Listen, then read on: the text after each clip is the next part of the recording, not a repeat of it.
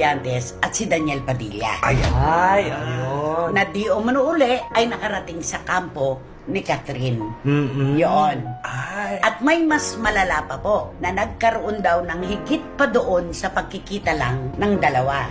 Ay. Diyos ko. May nag-aalab na pangyayari daw na namagitan sa kanila. Naku. Doon yun nagsimula. Kaya ngayon, galit na galit ang mga Katniel kay Andrea. Gusto Oo. nilang sapukin, sabunutan, ingod-ngod sa sahig. Naku. Diba? Tambalang Catherine Bernardo at Daniel Padilla naghiwalay dahil sa isang sikat rin na artista na nagngangalang Andrea Brillantes o third party. Hindi umano ang dalawa ay nagkikita ng patago. Dagdag pa rito, si Andrea Brillantes at Daniel Padilla hindi lang umano pagkikita ang naganap, may mas malalang pangyayari pa kuno ito ayon sa pagsasalita ni Christy Ferman.